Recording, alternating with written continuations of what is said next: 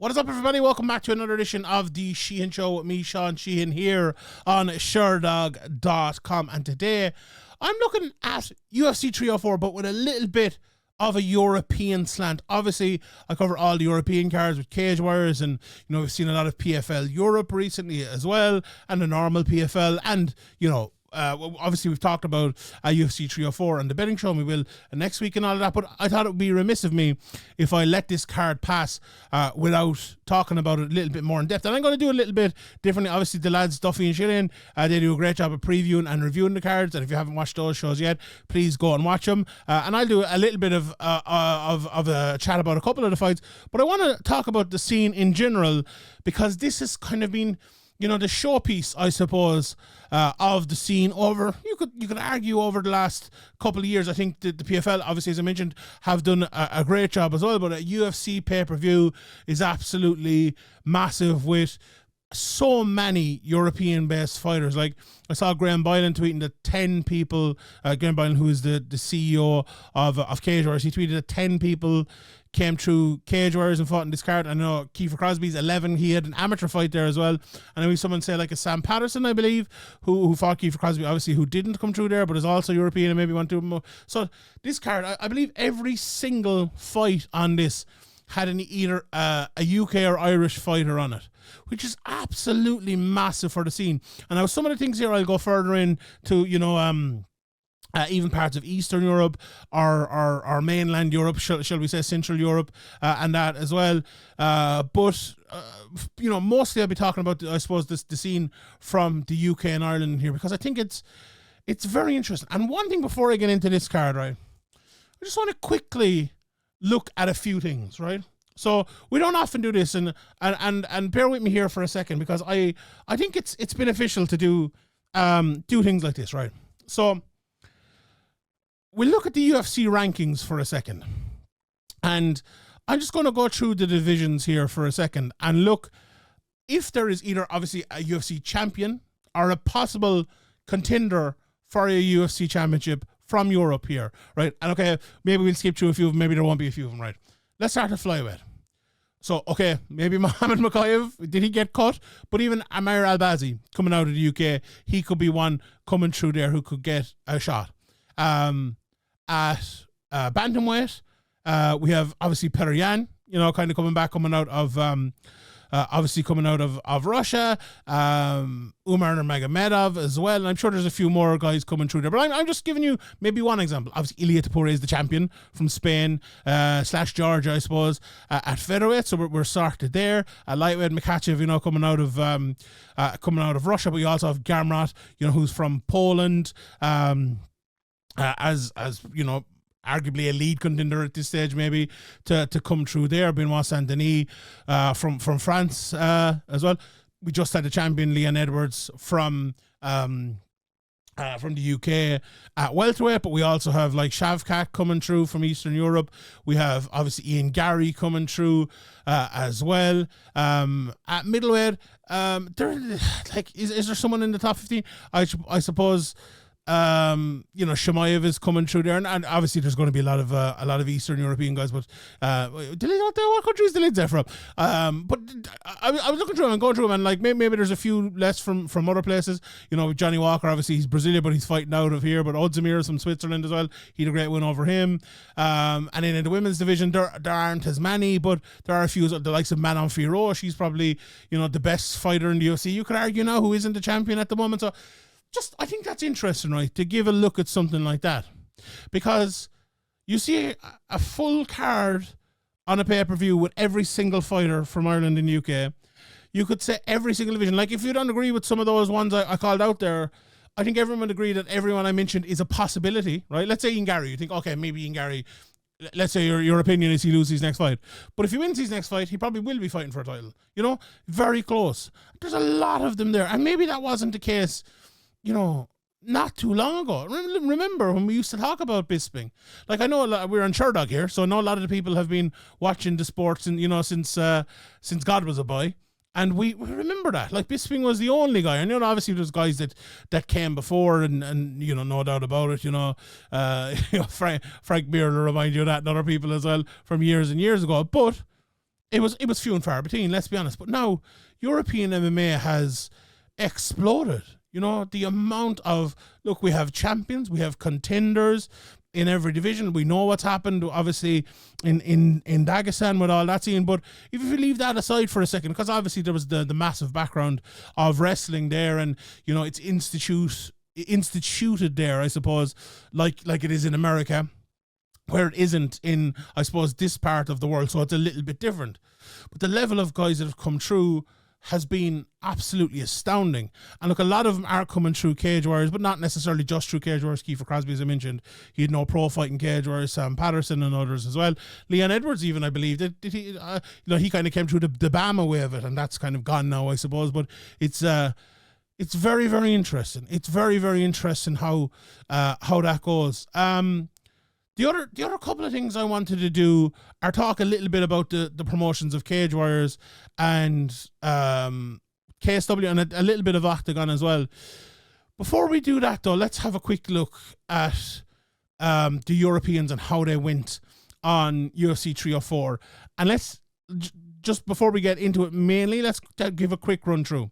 So from the bottom to the top, Sean O'Bannon, obviously out of Ireland, beat Elise Ardelaine, who I believe trains in the UK but is from Romania. So, you know, there you go. Mick Parkin got a win, trains out of the UK. Sam Patterson beat Kiefer Crosby, obviously from the UK, beating Kiefer from Ireland. Bukowskis, who Lithuania, I think he's originally from, but he trains out of England. He's lived in England since he was 3. You know, everyone, you know, he's English Lithuanian, you could put it that way.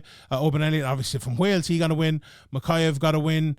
Hadley against Loughran, obviously Ken Loughran trained in Liverpool but from Ireland, beaten by a guy from the UK. Then Bruno Brazil, obviously from across the water, let's put it that way. She won against Molly McGann. Nathaniel Wood from England won. Aaron Lallen from England won.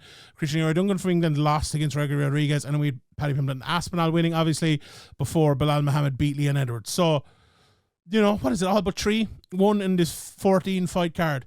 That's a pretty good ratio of wins there, because sometimes there's been a tendency as well to go to places, and look, it's even happened in Ireland, let's be honest here, I won't shy away from it, with PFL and Bellator, and they've packed the cards with local fighters, and they haven't always won. You know, they haven't always been able to I suppose, how would you meet the level, or on that night pull it out of the bag.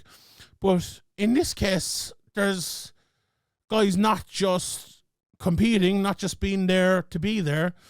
They're being there and they're dominating, they're winning, they're looking good, they're getting towards the very, very top. And it's not just 1 or 2, you know, it's not just Bisping coming through, or a McGregor coming through, or whoever it might be. This is one after the other. Like, you know, could Leon come back and become a champion again at welterweight? Could Aspinall become the champion? You know, he's the interim champion, obviously we know, but could he become the champion at heavyweight? You know, Paddy, maybe not, but could Aaron Lallen at 145? You know, there's a lot of questions. There's a lot of questions, and a lot of these people are doing really well. And I think, you know, maybe you're sitting here listening to this and go, like, this is obviously very, is this a party political broadcast in terms of, on behalf of the European MMA scene? And look, in some ways it is, make no mistake about it. But, and you know, and having with the main event being European and losing as well, maybe it's a bit odd. But at the same time, sometimes you need to sit down and just talk out where the scene is at versus where it came from, you know? Because there was, and not to disrespect anyone, because there was always a strong scene of people, you know, the likes of, say, John Kavanagh here in Ireland, or, you know, we've heard the stories about, you know, Mark Goddard training people years and years ago. And, you know, I'm sure there's many, many other people, the likes of Colin Hearn in Liverpool, and Paddy's Gym and London Shoot, and all of these have been around for years and years and years and have struggled to get to this position, you know. So they were always there, no disrespect to any of them. But, like, the levels of success weren't necessarily there. The ability to get to the big show and compete at the big show and win at the big show, it wasn't there. You know, it wasn't there. Like, and I know this might be a bit odd, right? So considering, right, how well it's been over the last while, but England have still never had an English-born UFC champion, right? Never. Tom Aspinall, but he's still an interim champion. Leon was born in Jamaica. Michael Bisping was born in Cyprus. You know, and that's okay. There's a bit of an Irish man taking a shot at the English people now. Don't get me wrong here. But at the same time, right, for me to even be able to make that kind of joke or that jibe or whatever, there's only been 2, right? And, you know, 2.5, let's say, with Aspinall as well. That's crazy. Like, that is absolutely crazy. But it's funny that there was, you know, there's only been 2, or 2.5, and there was 1.5 on this card. I think that kind of says a lot as well. Like, I think a lot of people would agree Arnold Allen probably should have got a shot, right? Would he have won? You know, you could argue. Let's be honest, the top of that division is very, very good. But it's scary to think of where it's come from and where it is now, and the level of people coming through as well. Just to mention the fight, I want to touch on Aspinall first, right? Because Aspinall, to me, actually very similar enough to Leon Edwards, right? But he is one of the first guys, as I said, similar to Leon, similar to Bisping. We've seen it with McGregor, but let's talk about specifically maybe the UK, who people knew was going to be a success, or when they knew he was going to be a success, they latched onto him.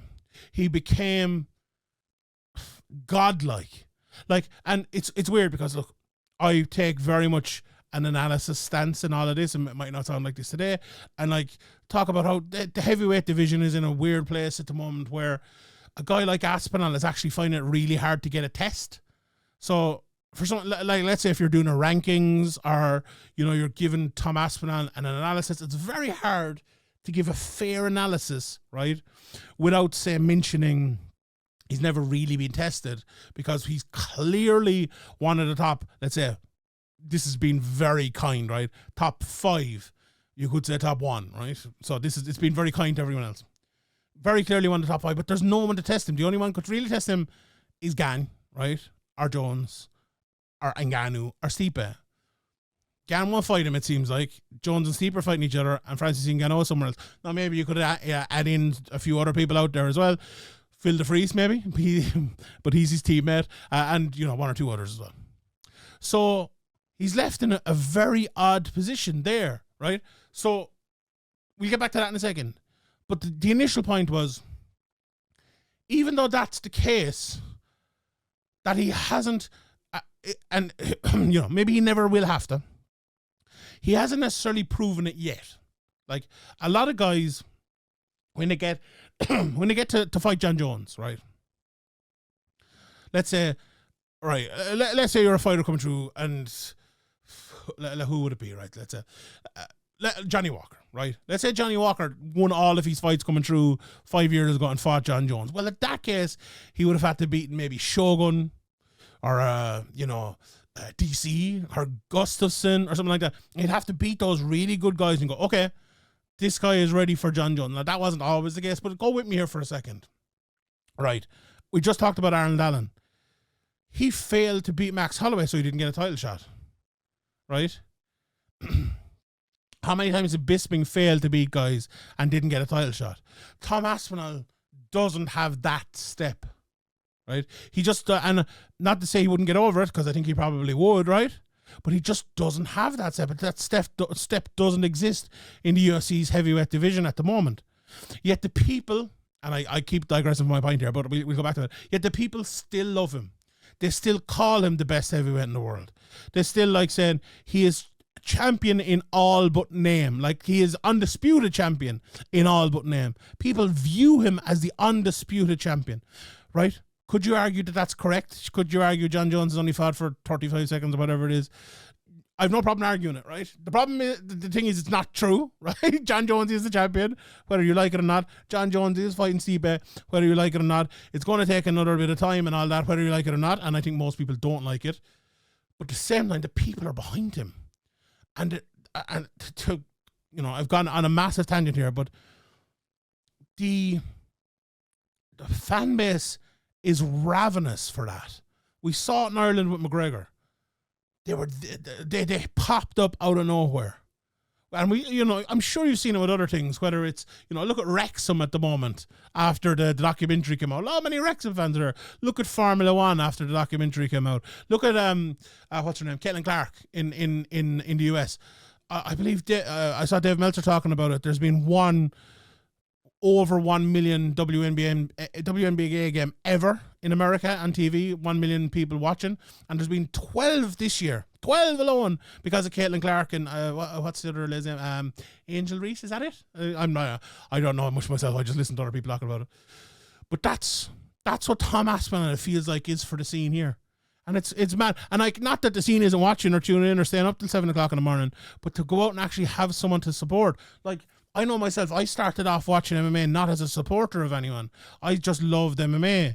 And then I love every fighter. I'm not, some people get in, we always know the Brock Lesnar fans or the McGregor fans, or, I was talking to Kai Kamaka the other day, and he was telling me how BJ Penn, created a load of fans in Hawaii.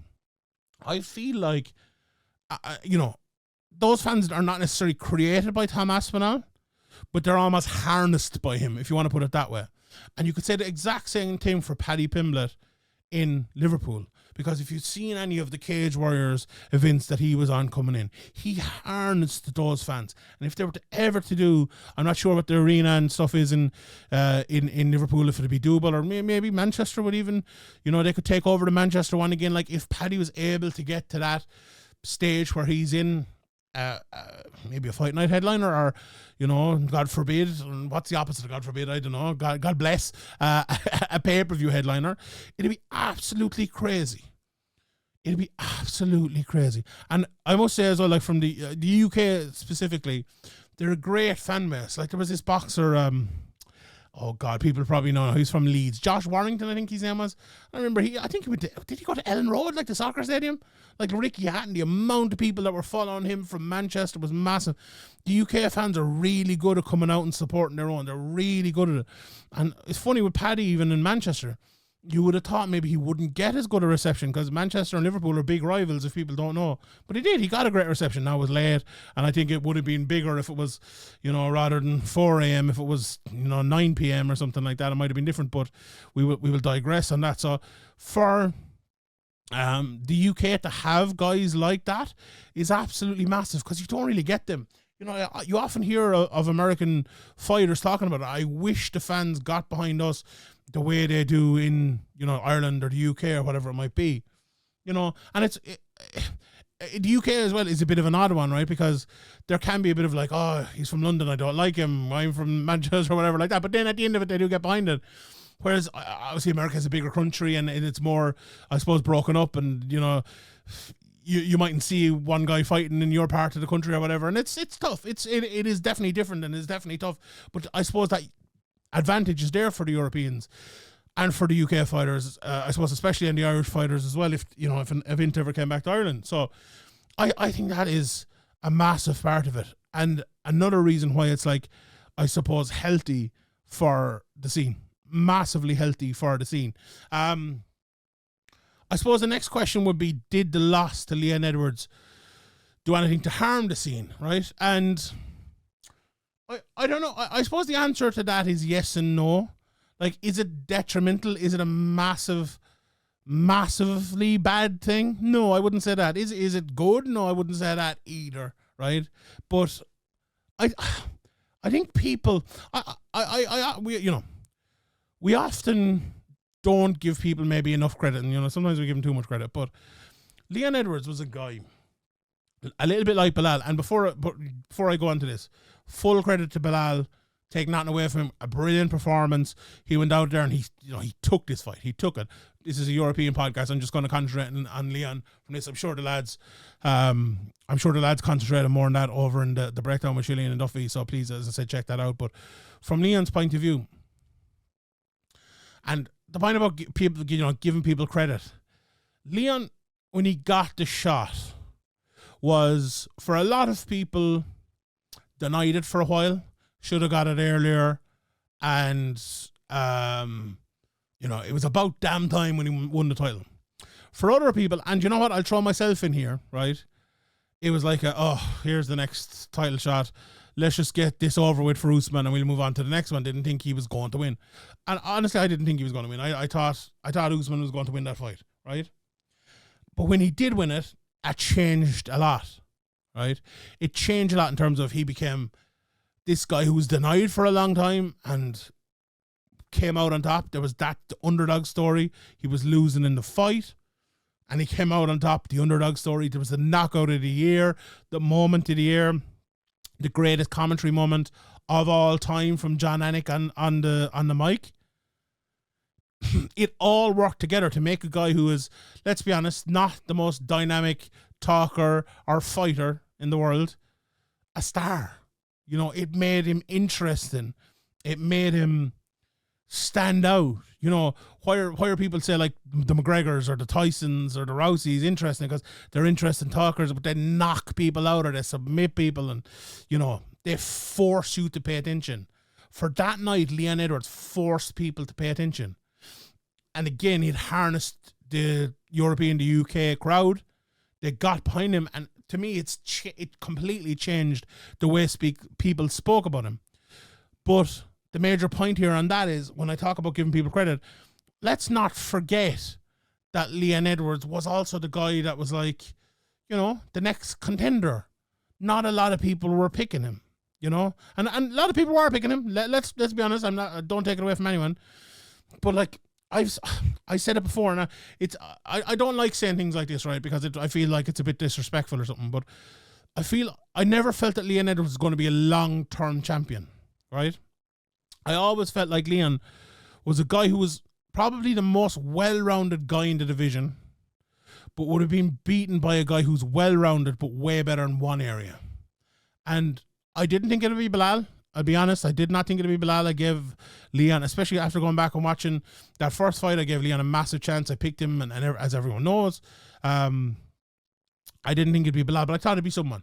You know, I thought it might be, look, Shavkat's the obvious one, or Ian Gary, or, you know, maybe Jack Della Maddalena or someone like that. Not necessarily any or all of those, but you get what I mean. I thought someone would be. So when he lost, and to give people credit, I think a lot of people probably knew that as well. You know, did you think, you know, Leon was talking about going on to beat GSP's record? Was anyone really buying that? Like with all due respect here to Leon, I don't, but like, so, and the point here is like, did it damage the scene? I don't think it is, because I think this was inevitable. I don't think it was going to be a long run for Leon. Like I don't think Leon is a generational fighter. Let's put it that way. He's a very good fighter, as I said. I just call him the most well-rounded fighter in the world, and I'll stand by that. I believe he is. But yeah, I think it was. That's why I don't think it's as detrimental. Now, I actually think if Aspinall had lost, I think that could be fairly detrimental. I think Paddy on the other side as well. Paddy's the one. I think people will know he will kind of more than likely lose on his way up. No disrespect to Paddy or anything. I hope he proves me wrong. I would love to see Paddy becoming, you know, a champion and going on and winning. But I think that's why it doesn't. So the scene remains very, very strong, right? The fight itself, I suppose, and just maybe the last point on this card before I move on to a couple of other things. Dana White, and I'd be interested to hear people's opinion. Let me know in the comment section below. Dana White was very critical of all the decisions on this card, and so I watched the card as I always do until 7 o'clock in the morning, and then as I'm kind of going up to bed, I have the press conference on the phone and fall asleep kind of watching that. And when usually I'm fairly in tune with what Dana's going to say, you know, whether it's a bad card or a good card. I was a bit surprised when he was so down on this card. Like, I thought the Paddy fight was very good. I thought the Aspinall fight was very good. I thought the main event wasn't the classic by any means, but it was the underdog robbing the title. And I don't mean robbing, how would I put that? Like, snatching the title, taking it away from the champion. You know, I thought the Allen fight was very good. And you know, I didn't think there was, apart from, okay, Cape and Makayev, that was absolutely awful. But apart from that, there was a lot of great stuff, and I'm surprised when he said that. So, you know, is that good for the scene? Is that good? Is having the card in the middle of the night good for the scene? Absolutely not. I think that was the most detrimental thing of it all. And you know what? That could put people off. Not only, you know, attending the events, but you know, MMA fans turn very quickly as well, I'll be honest. And now maybe I'm going to be insane there now. Like, you know, people, because it's late, people are going to stop watching the sport. I don't think that's it. But, you know, if there's an option the next time, whether you go to that or you go to a concert, like, would you be picking the concert instead?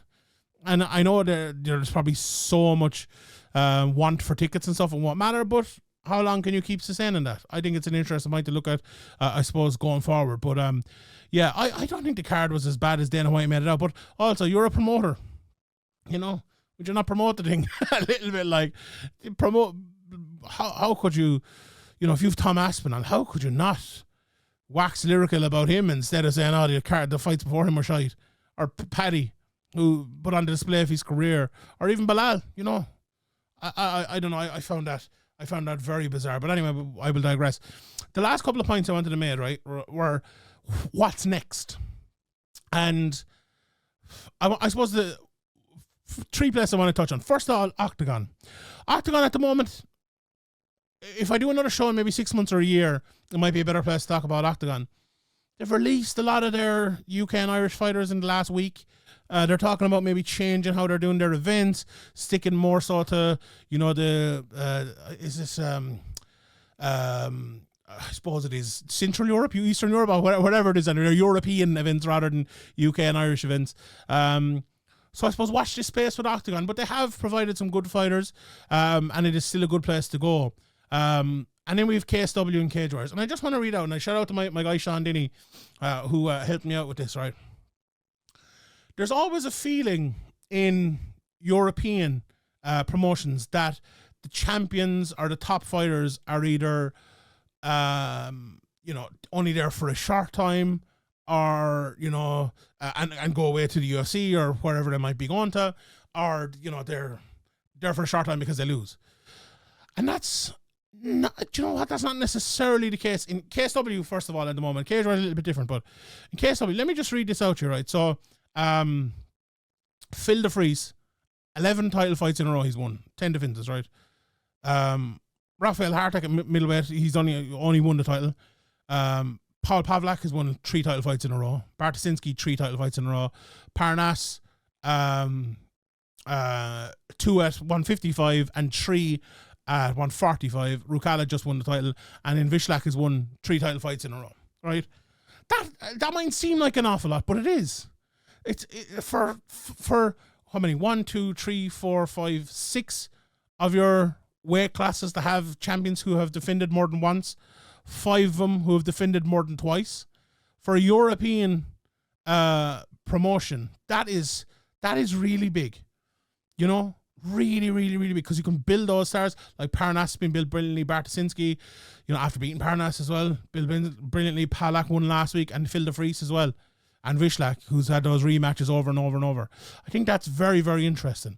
I think the other side of it for Cage Warriors, you know, they're not paying as much as KSW, and they're maybe finding it harder. Like someone like Parnas would not have stayed in Cage Warriors, like he was able to stay in KSW. But they're at the moment, for me, in a bit of a transition phase, in that they have almost all of their champions at the moment. You would not say that they're going to be signed by the UFC next, right?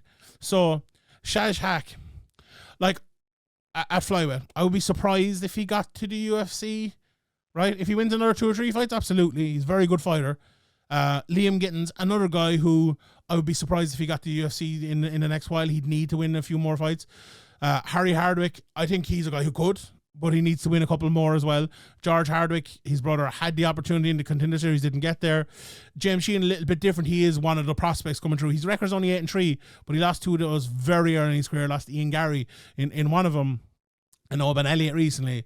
So, and what was the other? Matt Bonner, the former Cage Warriors champion.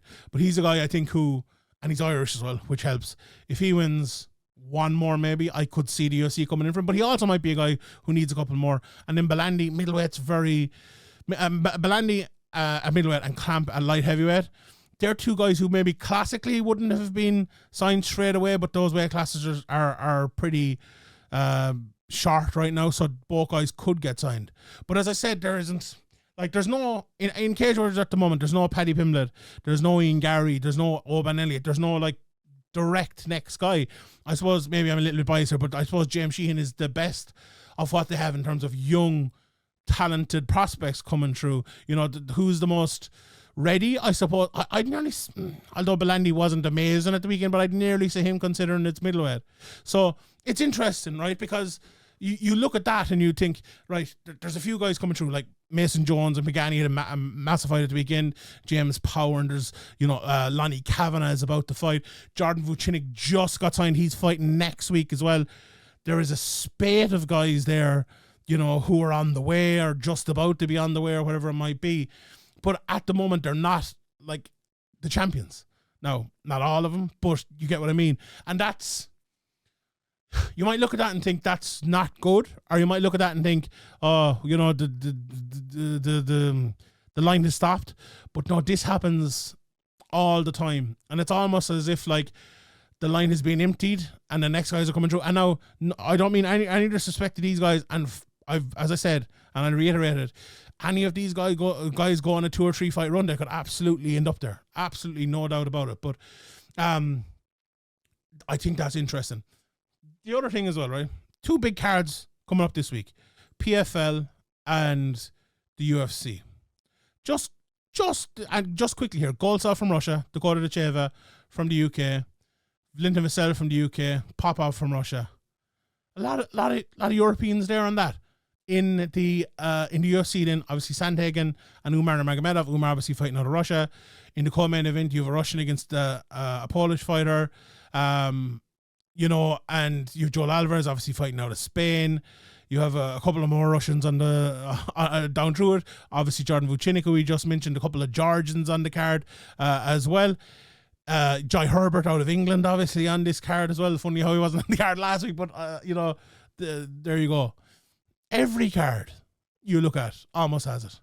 And I wanted to shine that light on European MMA after the light, I suppose, has been shined on European MMA for the last week, because it deserves it. It's a great time for it, and long may it continue.